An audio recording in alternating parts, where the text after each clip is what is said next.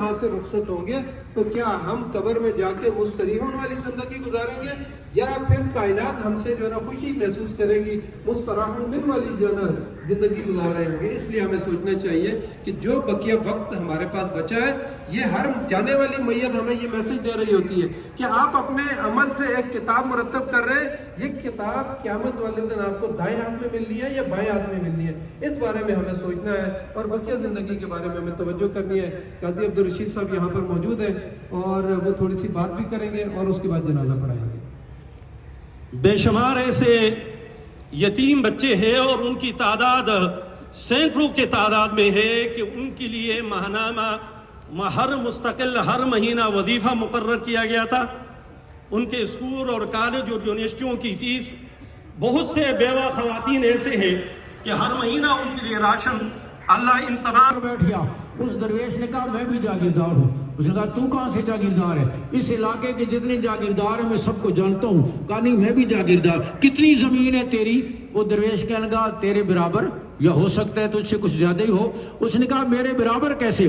اس نے کہا مرنے کی دیر ہے، تیری میری زمین برابر ہو جائے گی، بلکہ میرا قد تجھ سے ذرا بڑا ہے تو تجھ سے تھوڑی زیادہ ہی ہو جائے گی۔ ایسے تو نہیں ہوتا کسی جاگیردار کی قبر 20 کنال میں بنائی جائے اور غریب کی سب کی ناپ تول کر ایک جیسی بنائی جائے گی۔ دھوکہ ہے دوستو، دھوکہ۔ سر کی ٹوپی اترے گی، آنکھ کا چشمہ اترے گا، کلائی کی گھڑی اترے گی، عورت ہے تو زیور اترے گا، ماتھے کا جھومر اترے گا، گلے کا ہار اترے گا، ہاتھوں کے کنگن اتریں گے، 2 چادروں میں لپیٹ کر رخصت کر دیا جائے گا۔ میرے آقا نے فرمایا کئی سمندان نفسہ وعامل لما بعد الموت، عقل مند ہوئے اپنے آپ کو پہچانے میں کون ہوں، کس نے مجھے بھیجا ہے، کیوں بھیجا ہے، کہاں جا رہا ہوں، مجھ سے پہلے کہاں چلے گئے، میں کہاں جاؤں گا، کیا ساتھ لے کر جاؤں گا۔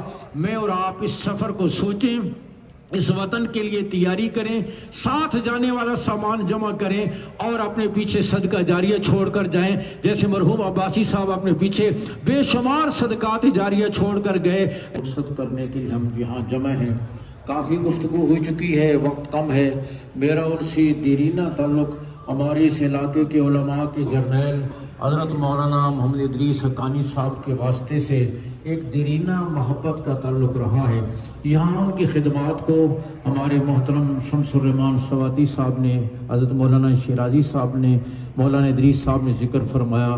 تفصیل کا وقت نہیں، ایک بزرگ کسی کتب خانے میں گئے جو کتابوں سے کھچا کھچ بھرا ہوا تھا، اور وہاں کے کتب خانے کے منتظم سے کہنے لگے یہ بہت سی کتابیں ہیں اور میں پڑھ نہیں سکتا، پڑھنے کا وقت نہیں ہے، آپ مجھے خلاصہ بتا دیں یہ کتابیں کیا کہتی ہیں۔